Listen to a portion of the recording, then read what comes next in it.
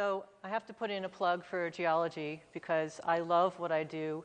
As a geologist, I get to go to the most amazing places on the planet to study the rocks that I'm interested in. And I have been to Greenland. This picture is actually taken at about 1 o'clock in the morning when I was doing field work in Greenland because the sun didn't set at all. I've been to the Faroe Islands. I've been to China and Japan for work as well as taking students on trips. I've done work in Hawaii. I've done work in Yemen and Ethiopia. And here's another picture of me doing some field work in Chile. So if you're interested in going places and seeing really cool stuff, geology is totally the way to go for that.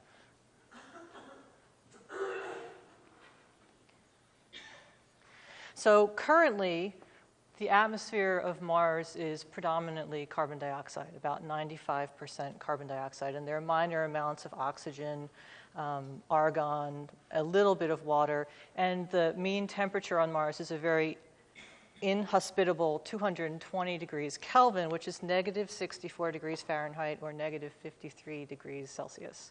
Not a place that you would want to spend any time on a regular basis.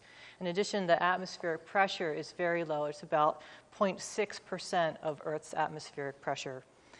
So what this means is that water is not stable on the surface of Mars, even in places where the temperature gets to be greater than the freezing point. And the very, very small amount of water that is in the atmosphere, if it precipitates, it will evaporate right away. So there's no chance to have liquid water on the surface of Mars as we currently know it. But because of things like the NASA missions that send satellites to Mars and send Mars rovers to explore the surface, there are several areas where we have records on Mars that water may have existed in the past. And some of these places are the North Holden Crater Lake Delta. There's an image of that shown here, and I'll talk about that in more detail. A place called Candor Chasma, which is the middle photo here. And this is, you can see a thick layer of deposits. You can see the lines on these deposits. These are sedimentary rocks that have been interpreted to have formed in a lake or river system.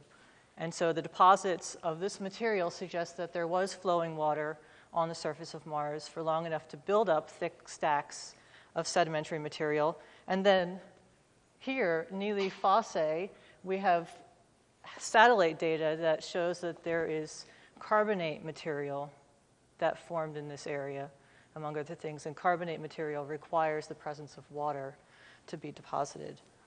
And also, it's a source of plumes of methane, which raises the question of whether hydrocarbon is originating from biological sources on Mars today. But that's a completely different area that I'm not going to get into at all.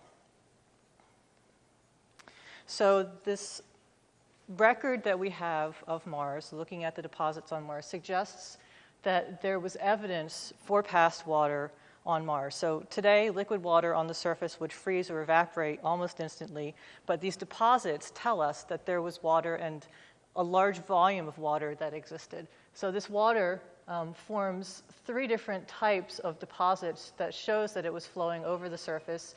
There are valley networks, which we can see an example of here from the Viking images. There are outflow channels. We can see an example here from the newer MOLA data. And there are gullies, and here's an image of some Martian gullies. So 3 different types of deposits, all formed by water. And the gullies are fairly young deposits. People think that they may have formed from melting snow in the past several million years.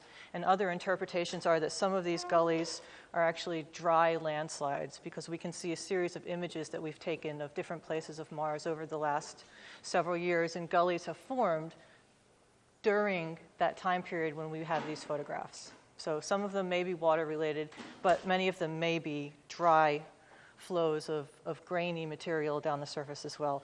The outflow channels, this is an example. You can see there's a kind of a chaotic terrain here, and then this light blue area represents the basin of a valley, and it looks like it's a river channel that's flowing out into this flat plain. There's another view of this where you have a crumbled kind of blocky terrain that initiates here, and then it looks like there are flow lines that move out across the top of this image. These outflow channels are older than gullies, and people think that they formed by catastrophic floods of water that were released from groundwater reservoirs. And so they would have flowed across the terrain. They would have been freezing and evaporating at the same time as they were flowing across the terrain and picking up these giant blocks and moving them across the terrain along with the chunks of ice that were forming in them. So cataclysmic releases of water probably happened about 3 billion years ago, and flow rates on the order of 100 times the volume of the Amazon River when they did happen. So these were significant events, but they don't require that the atmosphere of Mars be much different than we know it is today. However, these valley networks, these are very old. These are the earliest stages of Mars history. And what they represent is stable surface water flowing over the ground for prolonged periods of time. And we'll talk about these in a little bit more detail looking at the deposits. But these valley networks, they require that the Martian atmosphere be different when they formed. So an example of a valley network is Holden Crater, shown here. This is the crater itself, and this white box is the area that's blown up in detail for that image. I'm just going to come around the side here because it's hard to laser point kind of backwards and upside down. But you can see there's a fan-shaped deposit. It initiates in this area, and it spreads out here, and you have little fingers that are coming out from the beginning of that branching structure. And what this represents is a river delta on Mars. So this is a distributary fan is the geologic term for it. It's a type of feature that includes river deltas and also alluvial fans. Sediments were transported by water in this feature, forming about a 13-kilometer-long fan-shaped deposit across the Martian surface. And this is unequivocal evidence that these types of valleys on Mars experienced water flow over considerable periods of time, as rivers on Earth do. And because this fan is a deposit of sedimentary rock, it demonstrates that some of the sedimentary rocks on Mars were deposited in a liquid environment. And a nice example to relate that back to when we look at Earth is this called the Birdfoot Delta of the Mississippi River. And you can see the nice channelized, the main channel here, with the splays coming out as those distributaries move out from the main channel, depositing sedimentary material around the main flow. And the shape of this feature is very similar to the shape of this feature in Holden Delta on Mars. If we look at it in a little more detail, the area that has the double white box here is blown up, and you can see several things in the image. You can see that there's a loop that goes through the center of the picture, and then there's another kind of line that cuts across that loop. And so this is reverse topography. If you look at it, it looks like these loops are sticking up because they are. So they were deposited at one point in time in a valley, and then the high points around that were eroded away, leaving these sticking up as a high point itself. So when you look at it, it looks like it's popping up at you, but you should think about it as being deposits formed in the bottom of a valley somewhere. So the general shape of this fan, the pattern of the channels that are forming, and the fact that it has a very low slope means that this was an actual river delta on Mars early in its history. And this region that we just looked at that has this loop or meander was part of a river that was flowing, and then the stream readjusted its course, and it cut off this loop and started to flow along a more direct route across the bottom of it. So we were preserving the loop of the stream and then the cutoff channel here. And here's an example of some of these meandering streams in Alaska. And this is actually a picture. Here's hills right here. So there's a picture of, right near us, the same types of features that are forming here in Iowa as well. And so here's a little block diagram that shows what these deposits look like. In 3 dimension, you have the river flowing across the plain, and it's meandering back and forth on the timescale of hundreds to thousands of years. And you can cut off these loops and preserve the little deposits sometimes as lakes, and sometimes just as different textures of sediments along the plain. And so one of the reasons why we're getting all of this information now is because we have such amazing data that's coming back from all the satellite missions to Mars. This is an example of the earlier Viking images, and there's been work looking at the Viking images, trying to trace where these valleys are that we think may be river deposits. And so the blue line is a tracing on this Viking image of what someone interpreted to be a river system. And this image on the right is exactly the same area, new data that was collected, and someone has retraced all of the valleys that they think are river systems in that area. So the difference in detail is amazing, and that's because some of the new data that we're getting from satellites have a resolution of up to 0.3 meters now. And so we can see things in much more intricate detail than we have been able to in the past. And in addition to having satellite data that allows us to look at these things in much more detail, we also have feet on the ground, as it was. We have rovers that are running around Mars that are essentially being field geologists for us, you know, poking stuff and drilling rocks and looking at things up close and personal. This is an interpretation of what the Mars rover Opportunity looks like on Mars. When it landed on Mars, it essentially made a hole-in-one, a bullseye, in Eagle Crater. And so it's shown here with the deflated landing apparatus around it in the middle of this crater. And I think they were about 32 kilometers off from the site that they were anticipating landing on. And so they didn't know this crater existed, but when they bounced into it, everybody was very excited that they'd landed in the middle of this site. And it's quite a small crater. It's only 22 meters in diameter. So they called it the hole-in-one.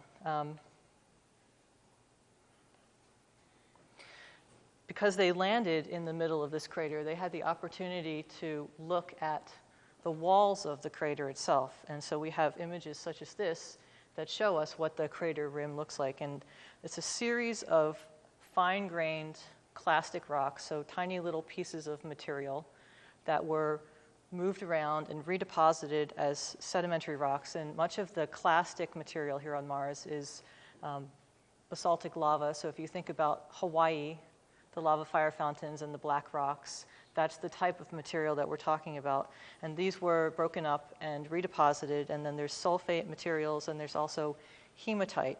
And by looking at these rocks in detail, we can see bedding within the rocks that tells us how they were deposited. And these bedding planes indicate that they were wind-blown and water-transported deposits. There are also features such as these hematite-rich concretions called blueberries that we found on Mars, we being NASA people and rover people, not we being the royal we here. But the hematite is significant because to form hematite, you have to have water around.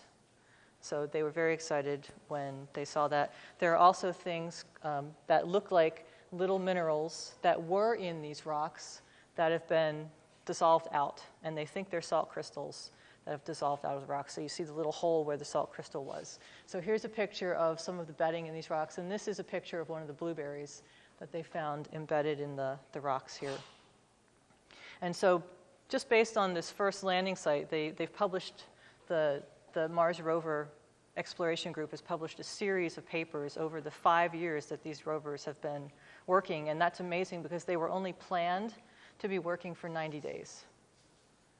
So they've gotten more than their money's worth out of this 5 years of science. But just out of the first information they got from their first landing site, they suggested that the geologic record at Meridiani Planum, where this rover landed, showed that the conditions were suitable for biological activity over a certain period of time in Martian history because these rocks recorded environmental conditions that showed that there was surface water there at the time when some of the rocks were deposited. So after this original landing, hole-in-one in the crater, the rover continued on. It went to Endurance and Victoria craters, and it's been continuing on past them. But here's a picture of Endurance and Victoria Crater. So Endurance is up at the top. This is a nice little image taken from a satellite, the edge of the crater here, and that tiny little black blob. Do I sound hoarse already? No. Okay. That tiny little black blob is the rover as seen from a satellite circling Mars. And then this is a track of the path of the rover around the edge of the crater. It had to explore its area to make sure it didn't go over a cliff that it would then tumble and fall to the bottom, or that it could actually get back up again if it got into the bottom of the crater. So they were quite concerned about scouting this out. Here's a picture of the soil on Mars that shows these little blueberries along the top of the soil. This is a panorama of Endurance Crater, and then here's some photos of the wall of the crater with the sedimentary deposits. You can see the nice banding in these rocks, and then some images of these hematite blueberries embedded in the outcrop, and you can see the banding of the layers here, and the blueberries are on top of that. So they formed after that banding happened, after the rocks were deposited. Scale? Several millimeters for the blueberries. Yeah. Sorry. I usually, when field geologists work on Earth, we put a Sharpie or a hammer on the outcrop and we take a picture. So my mom says, why do you have all these pictures of markers? But that's our scale when we look at pictures. Of course, we can't really do that for Mars photos.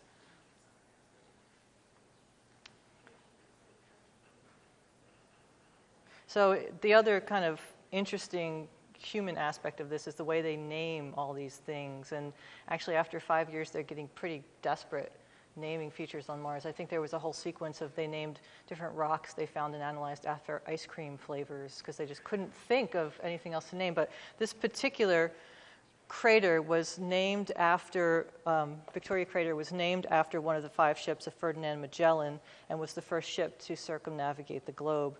And then the edge of the crater was named after all of the bays and inlets and places that he stopped at in his trip around the world. So many of the names that they have do have significant relevance to our history and society. So if we look at Endurance Crater, the geology in a little more detail, this is a photo that was taken when the rover was about 39 feet down in the crater, looking up at the wall of the crater. So you can see all of the rocks that are exposed on the wall of the crater up to the top of the crater rim. All these little blobs in here, the little dark speckles, are the blueberries that I was talking about. And if we look at an image where the colors have been corrected to remove that pervasive red tint that we see in Mars all the time, and look at what these deposits mean, the bottom part of this deposit represents a sand dune field. You can think of the Sahara Desert with the cross-bedded deposits of sandstone. If you've been to Zion and you've seen those spectacular red rocks with the big lines cutting across them, that's the kind of environment that we're talking about. As you move up in this section of rock, there are more flat-bedded sandstones. Instead of the big swooping crossbeds coming through, they're much more planar, and so they interpreted this to be a sand sheet, so more flat-lying sand that was being deposited across this area by wind-blown events. And then as you move up in the section, there's this change in color, and they've interpreted that to represent a water table that was in this area. So the water moved up, and it interacted with the rocks that it was in and surrounding, but it did not interact with the rocks above that water table. And then the upper part of this is interpreted to be an interdune or playa environment where you have flat areas with little lakes, and there are sand dunes around there, and the sand blows across occasionally, but you have these little ephemeral lakes existing on the surface. So this, to me, it's just a tiny little outcrop in one of the little craters that the rover visited, but the power of this is that we're looking at a section of rock, and we are seeing what the textures are, and we're using those to interpret the past environment of this little space on Mars. And that's essentially what geologists do. We look at things and we use them to interpret how they formed in the past and what environment they represent. And the fact that you can do that here on Earth and on other planets just by observing what things look like, I think is a really powerful way to go about increasing your understanding of different places.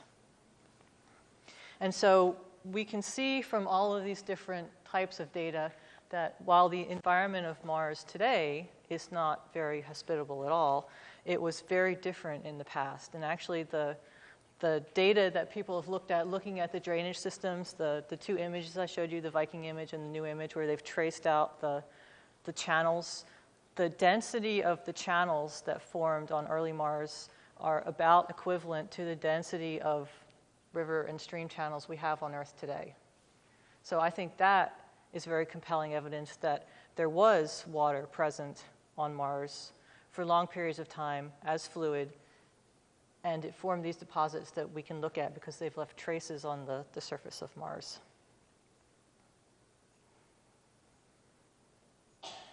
So that having been said, there was water present early in Mars, but clearly something happened early in the history of Mars to change it to the environment that we now know today. But the important part is at some point in early Mars history, we had this environment that had standing water. And for everybody in biology and other disciplines, water equals life. That's what everyone says. And so given that, what was the potential to actually have life form on early Mars? Because that's the million-dollar question, really. Is there life anywhere else in the universe? How can we understand? How can we evaluate the potential to have this happen? So what about life on Mars? Well, Mars had all of the necessary ingredients for life, judging from what we know of here on Earth. It had water, it had energy sources, it had the basic elements and compounds that are required to make life. And this different climate that existed in the past was more hospitable to life than the current Mars climate. And when we look at places on Earth, like this is a photo of Grand Prismatic Spring in Yellowstone. This is absolutely spectacular. The colors here are a result of thermophilic bacteria in microbial mats. Life on Earth is exceptionally tough, and it lives in environments where you would not expect to find it. So I'm not going to make a bold statement, but personally, I think there was a potential there that life did form in these environments because it's here and it's existing in places that we never could have conceived of even 10 years ago. And so to me, the question is, how can we identify it if it existed on Mars? And also, given the rate of climate change, if it was existing in early Mars, if the climate was changing slowly enough that life had the ability to adapt, it could have moved from its environment of ephemeral lakes and surface water down into the rock of the crust of Mars. And it could still be there today, potentially, but the challenge is identifying it conclusively and being able to do that with the remote techniques that we have today. So in order to study this question of was there life on Mars, we have two choices. We can go there, or we can stay here and study analog environments and apply that back to Mars. Of course, staying here and studying analog environments is a lot cheaper. And I personally don't like ships of any kind, and I assume that that would include spaceships, although I've never been on one. So even if people were going to Mars, I would never go there myself because I don't want to have to deal with that. So I deal with the analog environment part of this. And one of the best places to do these kinds of studies is the Atacama Desert and the Altiplano of Chile. So the Atacama Desert is the driest desert on Earth. There are places in the Atacama Desert that have never received rainfall in recorded history, ever.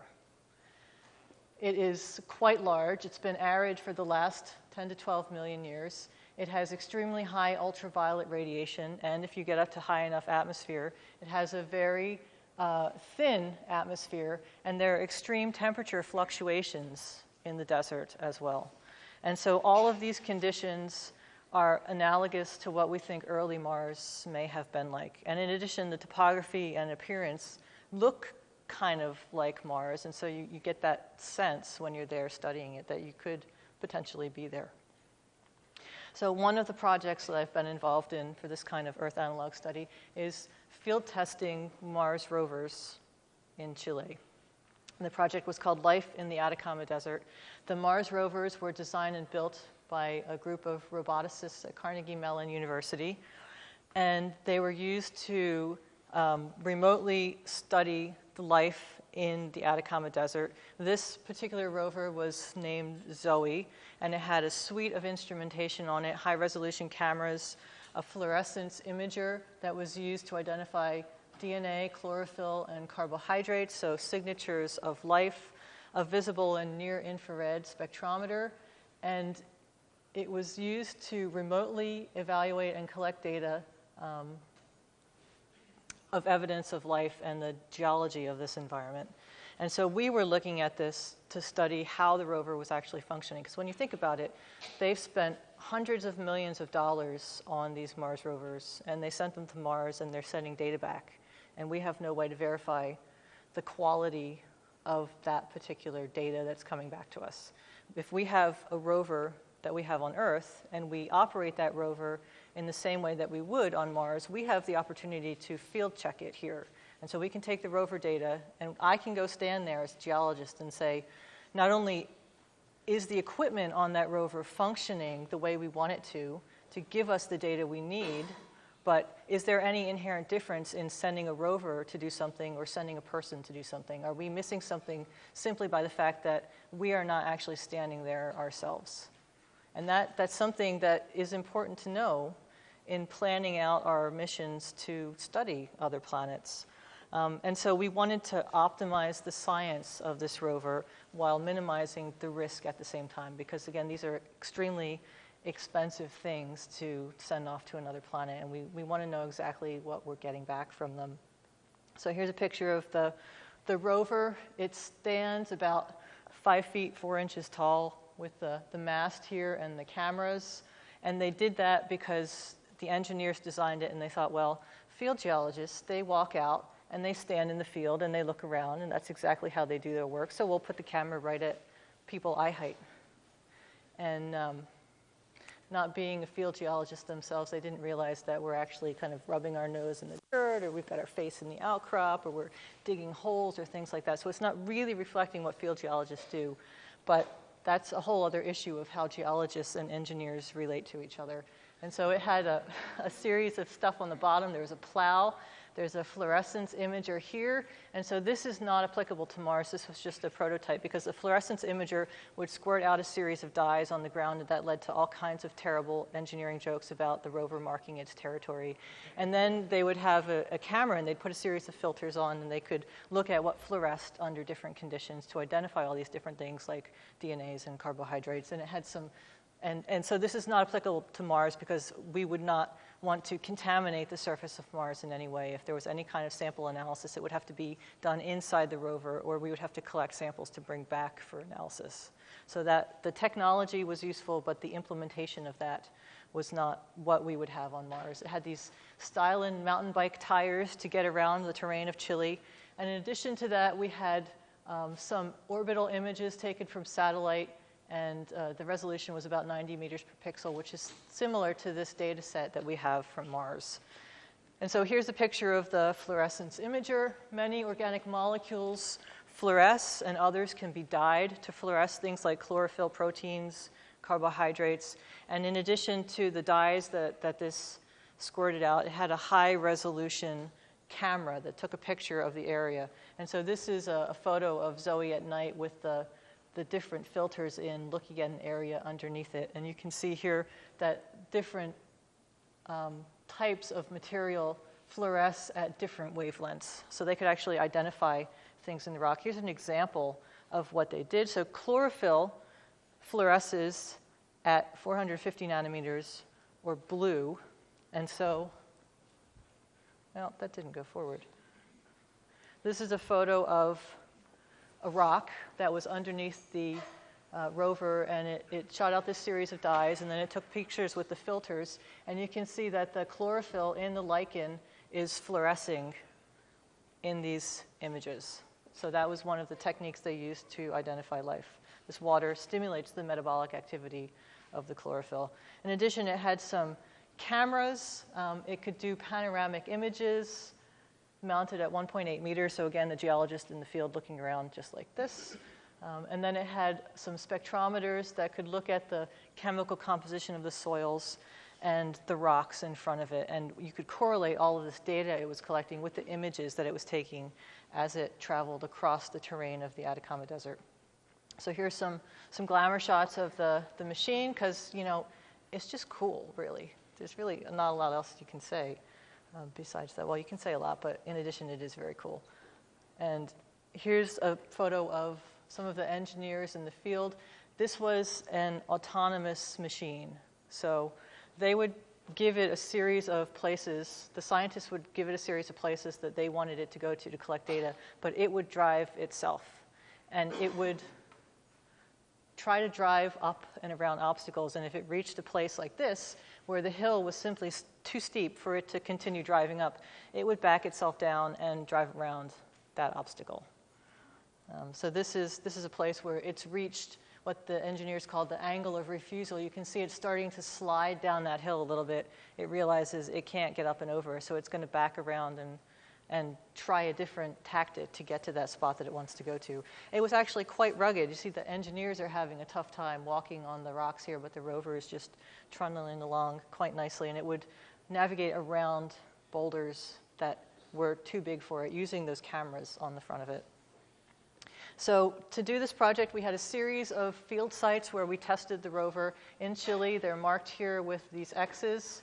5 different sites distributed over the Atacama Desert. Here's an example of one of the sites with the landing ellipse. Now, when a rover lands on Mars, they don't know exactly where it lands. They have an idea of the area that it's going to land in, but they have to look at the topography when the rover wakes up and takes its first images to calculate exactly where they are. And so the engineers thought it would be a good idea to test this rover the same way. So they picked the landing ellipse, and they put the rover somewhere in that ellipse. And the field team that was driving the rover had to figure out where the rover was based on the images. So it worked like this. There was a science team in Pittsburgh that was uploading and downloading data to the rover as it was in Chile. And the rover would start out its day with satellite information and some local observations. The science team would have uploaded a series of locations that they thought were interesting that they wanted the rover to go to. And so the mission planner would generate this path of where the rover should go to hit all those particular places that the science team wanted. And the rover would do that traverse, avoiding the obstacles that were in its way, essentially on its own, trying to get to all those places. And there'd be a team in the field when the rover stopped to take an analysis or stopped to take a photo. They'd put a flag at that particular spot. Here they're flagging a spot, looking for a sample that the scientists were interested in. So the rover would collect these images and context images, but they also programmed in a component of the rover that they call HASTA, H-A-S-T-A, which stands for Hull and Butt Standard Traverse Action, except the butt is not the right word. And what this was the rover would learn what the scientists were interested in. If the scientists kept making it stop at areas that had little cliffy exposures, if the rover went past a little cliffy exposure that the scientists hadn't told it about, it would stop and collect all that information for the scientists anyway and send it back. So that was pretty nifty. And also, this rover was built for long-distance transport. So the Mars rover Spirit, over a period of 45 days, traveled about 131 meters. And in total, they've only traveled about maybe 10 kilometers in the 5 years that they have been on Mars. But these field tests that we did, regularly the rover was traveling 7 to 8 kilometers per day. And so imagine the difference in the amount of Mars that you'd see if you have a rover that only travels 10 kilometers over its lifetime versus a rover that can travel 10 kilometers every day. So that's kind of the next generation here. And so then the rover would uplink to the science station by a satellite and transmit all that data back to the scientists in Pittsburgh and get data back on where it should stop and collect data for the next day. So this is what I did in the field most of the time. I had my face down in the dirt, looking at those little 10-centimeter patches, which 10 centimeters is not nearly as big as you think it is, that the rovers took pictures of when it was collecting this data, trying to reconcile what the scientists were interpreting based on the data they got from the rover versus what I was interpreting standing in the same place. And so for this particular study, we did 3 different things. There was an independent assessment, which was me saying how good the quality of the data was based on what the rover was collecting. We brought the scientists who were in Pittsburgh down to Chile to reevaluate their interpretations when they were actually standing in the same places. And then we did a discrepancy investigation as a master's project based in engineering, where we essentially used Federal Aviation Administration protocol for airline accidents to try and track specific interpretations that were incorrect back to exactly when it all started to go wrong and how it progressed. And so I will just quickly show you this. So the independent assessment is basically me comparing my results in the field to the scientists as they were getting their data and interpreting it in Pittsburgh.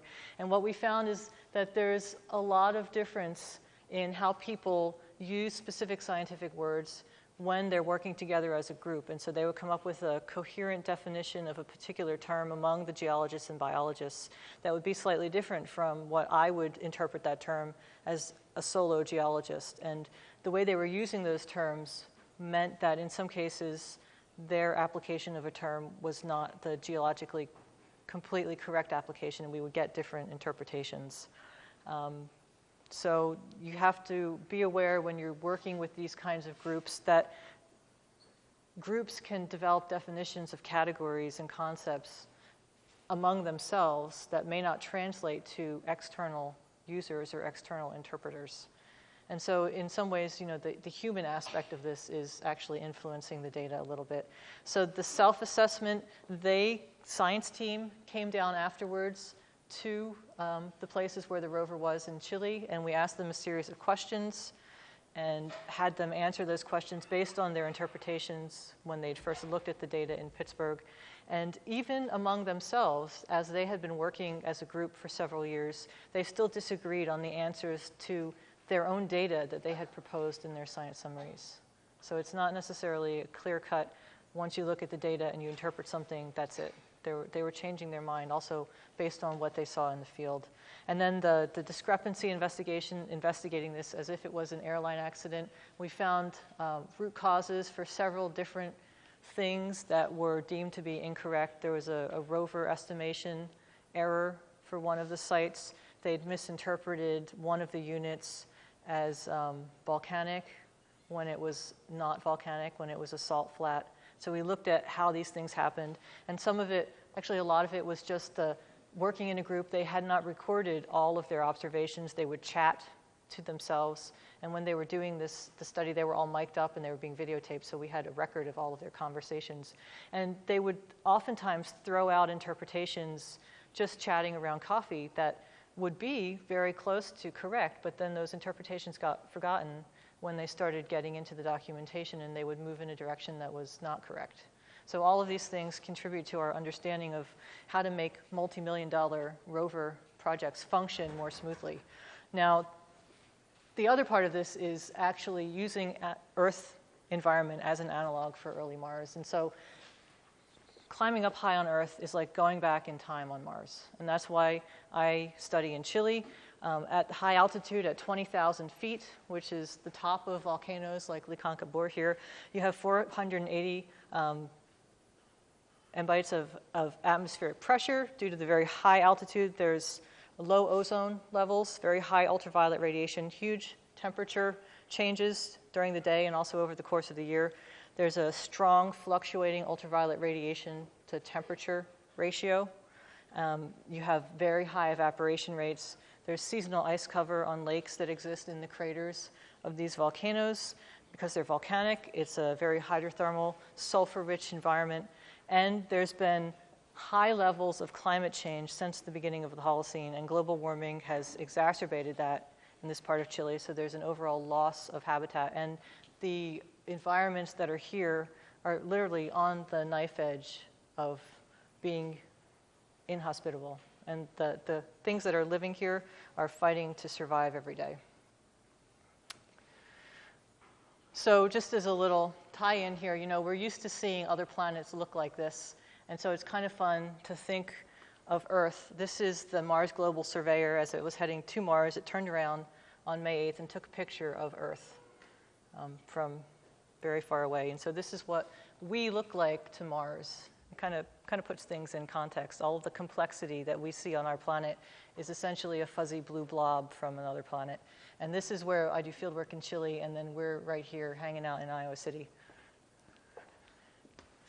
So some of the projects that I have: Planetary Spherules project, using Earth analogs to understand the formation of these Martian blueberries. We've done field work in Chile in the Atacama Desert for the past several years, and I have a grant from NASA that's an education supplement to encourage women who are interested in science to participate in these projects. And so I've taken several students with me to Chile to do field work in addition to having them do research projects in the lab, and I see some here.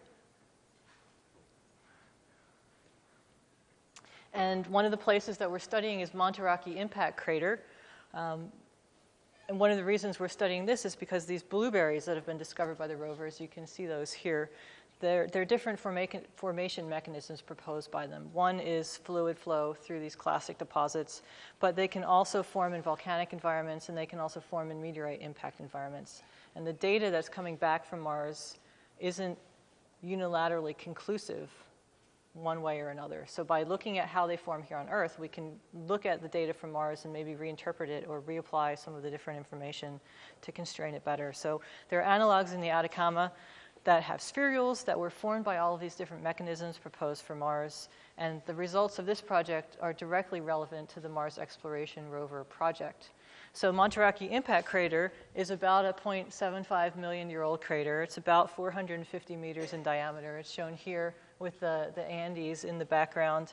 About a 10 to 15 meter iron nickel meteorite hit this region of Chile, which is very high elevation, about 12,000 feet.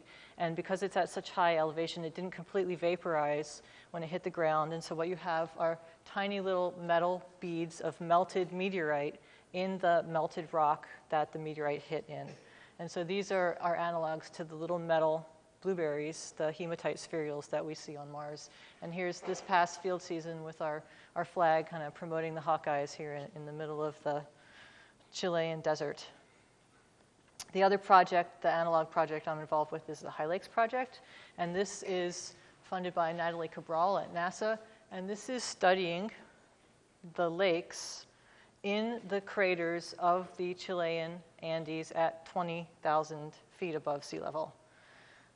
So this is life in an extreme environment. So it's not this lake, it's the lake up on top here.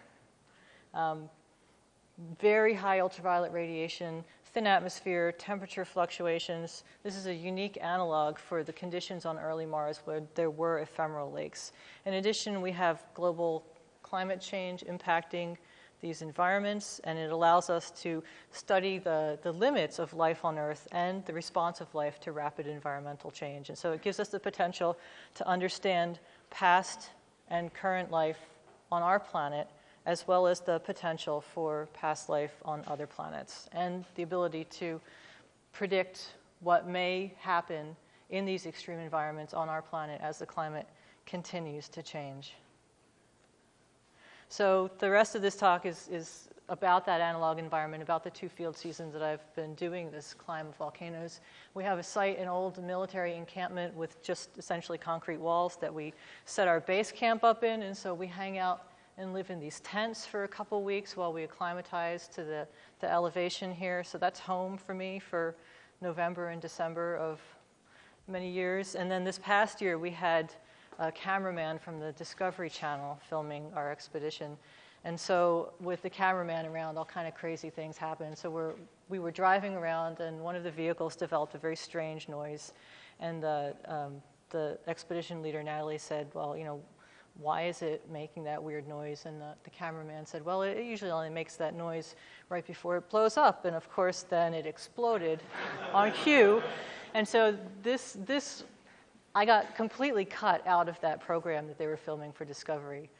So the only part of me that is in that program is me shrieking as the car blows up and we run in the opposite direction trying to get away from the plume of steam. So if you've seen that, Are We Alone?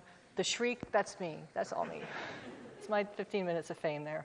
So this is the volcano that we climb, Aguas Calientes here, with a herd of wild llama in the foreground, and who knows what these things eat. There's nothing growing there. It's just amazing, really. And it may not look like much from that picture, but the summit of the volcano is at 19,900 and change feet above sea level. So it's actually quite a considerable effort to get there.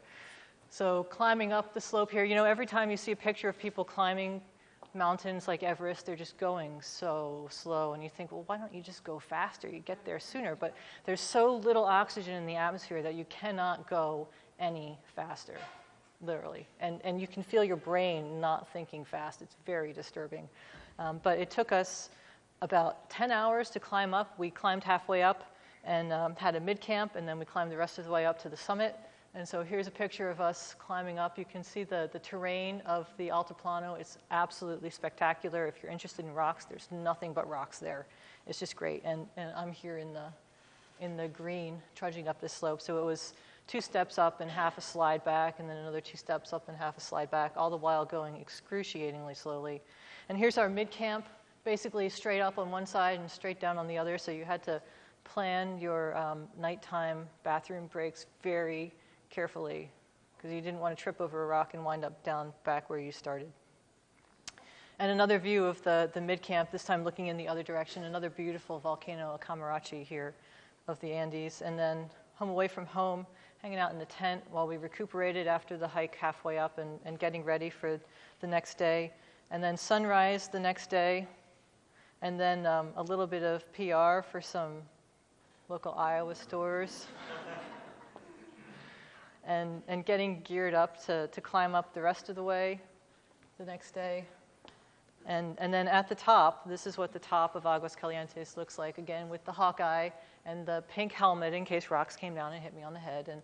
And that's the lake that we were studying at the top of Aguas Calientes, and it really is that color.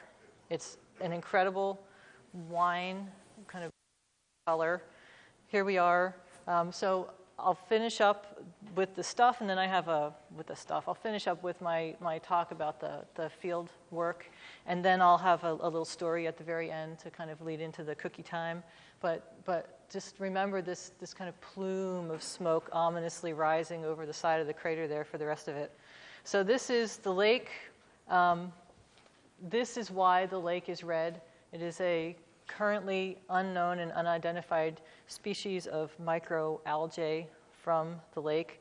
It has 2 different types of fluorescence, red and green, to protect the cell walls and the chloroplast from these ultra-high UV radiation levels that reach 165% of that at sea level or here in Iowa City. For when it's floating near the surface of the lake, it's being bombarded by this ultraviolet radiation. And then this is a record of the different types of radiation that this area receives, UV flux, UVA, and UVB, double that of present-day Mars right now. And then they also detected short-wave ultraviolet radiation, which is extremely damaging for cells, and it's just not a happy place to be, really, at the tops of these volcanoes and the lakes. So here's the coming down, and it really was that steep. But so the 10 hours that it took us to get to the top, we managed to come down the first year in about an hour and 45 minutes.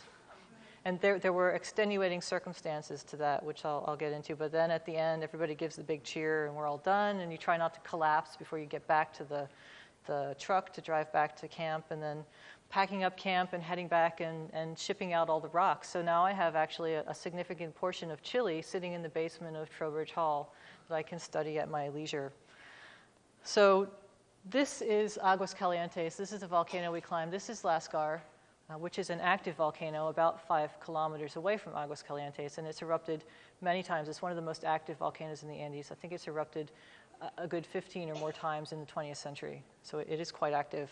So that plume of ominous-looking smoke that you saw coming up over the side of the volcano, as we were climbing up the first year, 2 years ago, we had a crew at the base of the volcano, and we get a walkie-talkie transmission, volcano erupting, get down now, because walkie-talkies never work when you need them to work. And we were at this point in a gully near the top of the volcano with 50-foot high walls of rock on either side. You know, it was just a bad place to be. So we leg it to the top because we figure the top is probably the safest place at this point. We see that plume of smoke coming up over the side of the volcano, and we look at Natalie, who's the mission leader, and she says, okay, whatever you were going to do in an hour, you do it in 5 minutes, and we get down here. And there were some naughty words in there that I won't say in this particular venue, but that's why we came down so fast. And when we got down, we heard that actually there had been a magnitude 7.7 earthquake on the coast of Chile that day. The earthquake waves had rolled through the Altiplano just as we were approaching the summit of the volcano. People at the base camp had seen the walls of that structure moving back and forth at, they said, a 15 to 20 degree angle. And it had knocked rocks loose from all sides of the volcano except that little tiny gully that we were in. And it had knocked rocks loose from Lascar and sent off this kind of blast of steam as it disrupted the hydrothermal system. So that was all very exciting, and I'm very pleased to say that last year was entirely unexciting, and we just climbed and did our work and came back down again, and it was just fine that way. Although Natalie continues to say, well, that's what I get for actually bringing a volcanologist along with me on this expedition. So that's the life of a field geologist studying ancient climates of Mars. Thank you.